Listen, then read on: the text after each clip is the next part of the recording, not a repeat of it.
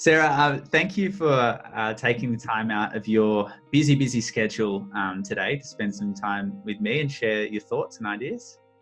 So firstly, I might ask you, how has support changed for you as a support worker over the last, say, week?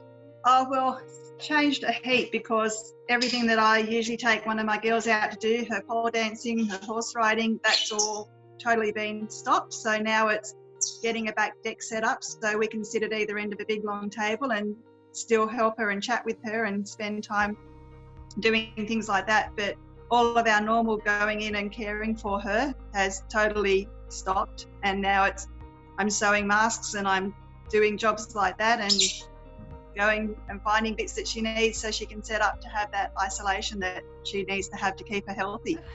Totally. And how have you found kind of adjusting to that change?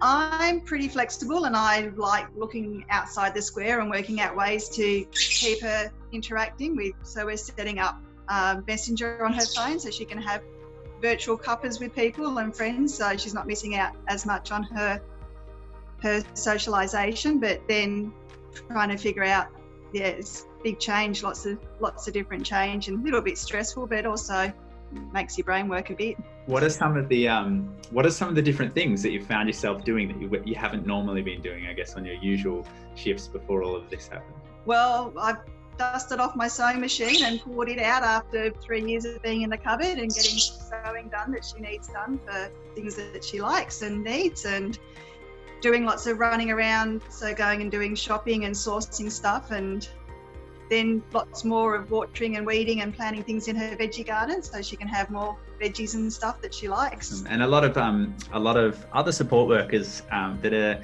in positions similar to you at the moment, or maybe they're finding that their work is changing or slowing down a little bit, have been asking, how do I do support work online, or how do I start to adapt and change? Do you have any, I guess, thoughts or advice for other support workers during this time?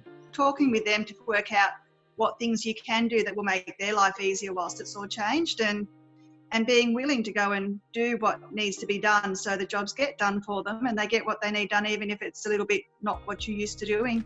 Just asking, mostly just communication. That's been the biggest thing, and having a good support team helps too. I'm assuming the people that you support have multiple people in their team. If you had a chance to chat to the other support workers during this time?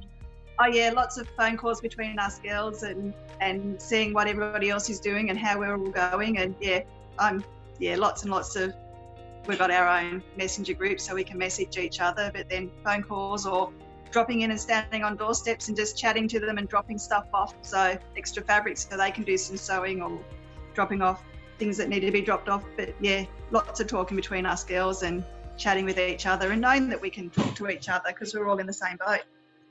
Awesome. And at the moment, it seems like you maybe are still doing some essential support work and being able to find alternative things, say, out in the backyard or creating space or sewing.